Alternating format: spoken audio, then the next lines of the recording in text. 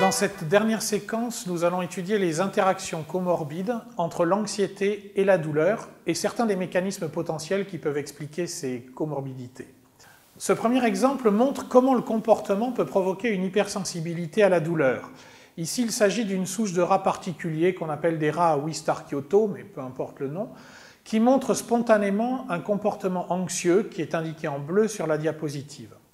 Ce comportement anxieux est mis en évidence dans les tests expérimentaux par le fait que les rats passent moins de temps au centre de l'open field ou bien dans les bras ouverts d'un labyrinthe. Ils passent moins de temps dans ces tests que les rats contrôle d'une autre souche. Eh bien, ces rats, on montre dans cette expérience qu'ils présentent également une sensibilité accrue à la douleur. A l'inverse, dans la diapositive suivante, on présente le cas de souris chez lesquels l'expérimentateur a induit l'apparition de douleurs persistantes, de douleurs chroniques, avec deux protocoles différents qui provoquent soit une inflammation, qui est indiquée CFA dans les diapositives, soit une douleur neuropathique, qui est indiquée ligation. Et on constate sur les graphes marqués en bleu que les deux types de douleurs, pourtant très différentes dans leur étiologie et dans leur mécanisme, diminuent le temps que la souris passe dans les bras ouverts d'un labyrinthe, ce qui veut dire que ces douleurs provoquent l'apparition d'un comportement anxieux. La comorbidité douleur-anxiété, sur la diapositive suivante, est liée au mécanisme de plasticité du système nerveux. Cette plasticité est un atout pour s'adapter aux changements de l'environnement, mais elle peut se révéler également imparfaite et conduire à des dysfonctionnements qui peuvent perdurer dans le temps et qui sont à la base de maladies chroniques.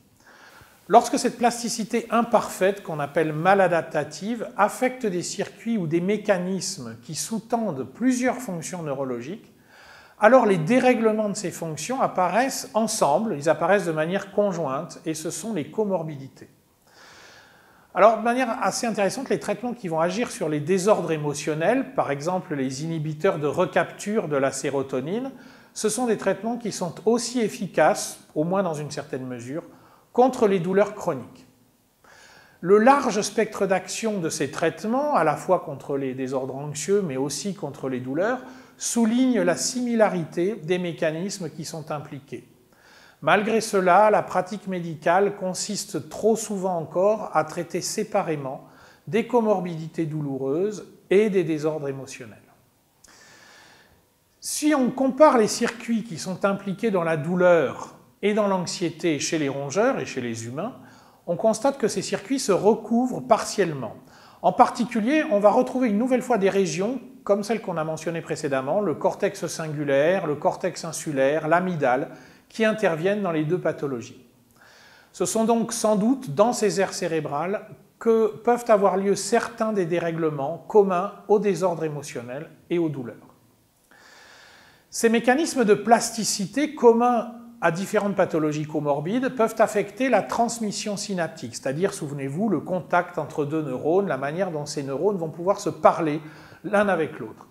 Dans le cas du cortex antérieur cingulaire, les connexions sont renforcées à travers la libération accrue d'un neurotransmetteur excitateur classique qui s'appelle le glutamate. Et cette libération accrue augmente l'activité des neurones postsynaptiques. Vous voyez donc que la plasticité qui conduit au renforcement des synapses, au renforcement de la transmission synaptique, peut s'avérer positive. C'est comme cela que se crée la mémoire, les souvenirs. Mais dans certains cas, elle a aussi des effets négatifs, puisqu'ici, elle va entraîner des pathologies émotionnelles et douloureuses. Une des difficultés des traitements neurologiques, c'est bien souvent de pouvoir cibler un mécanisme dans un circuit parfaitement délimité, sans pour autant affecter d'autres régions du cerveau. Voilà, en conclusion, j'espère vous avoir convaincu que les perturbations des émotions sont bien des maladies neurologiques. Elles sont généralement associées à d'autres maladies neurologiques, elles n'arrivent pas seules et ceci aggrave encore le tableau clinique des patients. Les comorbidités ne sont pas limitées à celles que j'ai utilisées ici comme exemple dans cette série de présentations.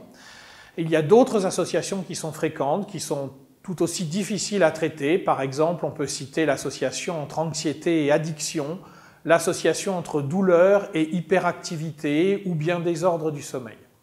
Les mécanismes de ces associations et les mécanismes qui vont conduire au développement conjoint de ces pathologies sont variés, mais ils restent généralement mal connus. Il est important de connaître ces pathologies comorbides pour plusieurs raisons, à la fois pour comprendre les comportements des patients qui en sont atteints, pour améliorer leur qualité de vie, mais aussi bien sûr, c'est l'objectif, pour imaginer de nouveaux traitements, des traitements innovants, capables d'agir simultanément sur plusieurs circuits neuronaux et donc sur plusieurs fonctions neurologiques.